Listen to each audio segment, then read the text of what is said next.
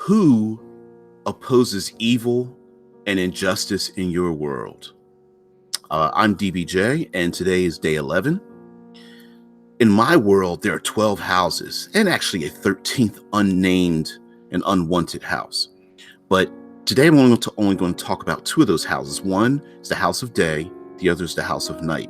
The house of day, the house of the morning star, the house of the day star are the classic knights, shining armor, mounted riders on Pegasi and griffins, the stereotypical banners flying, traced in gold and silver and platinum armor and white cloaks and such. They are the if you will, the police, the public figures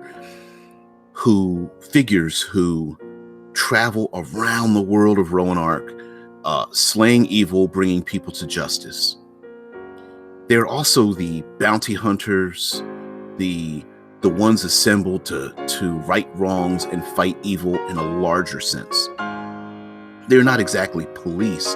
They're more like special forces. And those special forces are not just knights. They are trackers. They are the creme de la creme. They are the top notch. They are the ones who have volunteered to devote their entire lives to stopping evil. And there are many smaller factions of this larger house, of the House of Day, because there's, there are the Knights of the Rose and Knights of the Silver Stream and the Knights of the White Wolf and everything. I created a lot of space for player characters to create their own knights, their own groups, and who they would like to challenge in this world. While they seem very boring on the outside, there's a lot of internal conflict with them because many people view them as like the lawful good, the goody two shoes. But really, there's a lot of infighting because they possess such martial forces. Where do they direct their forces? Do they spread out? Do they concentrate on one particular evil? And so oftentimes within their own setting, their own numbers, they argue over where those forces should be marshaled, because if they marshal their forces in one direction, who knows, evil may rise in another area. There's also the House of Night. The House of Night are the Inquisitors. They're the secret police. They're the ones who watch people in the dark. They hide in the shadows. They eliminate threats to the 12 houses.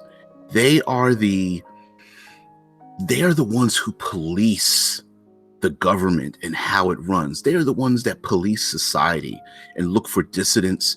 They are the ones who look for usurpers. They are in essence the assassins who hunt the other assassins. They are the counterintelligence agency. They are the spies. They're the ones who put on dark cloaks, trade dark secrets in the night. They're the ones who make people disappear. They are the torturers, the interrogators, the intimidators in this world. And they take their job just as seriously as the House of Day. The House of Night are the ones who, they are like the sin eaters as well. They know that their soul is blackened so that others do not have to suffer such dark and sinister acts. They consider themselves to be the martyrs in my world, and they take their job very seriously.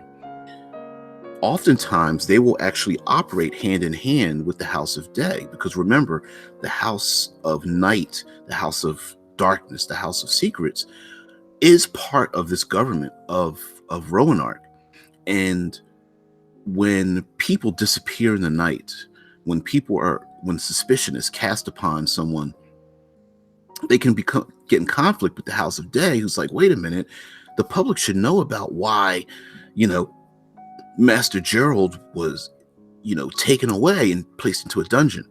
And then the House of Night's like, no, we can't let that information get out. And so there's some conflict, but then they operate together as well.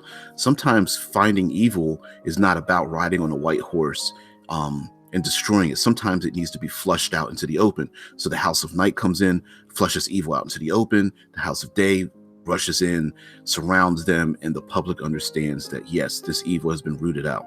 So I have the House of Day, the House of the Morning Star, the House of White, the House of Light, and then there's the House of Night, House of Shadows, House of Secrets.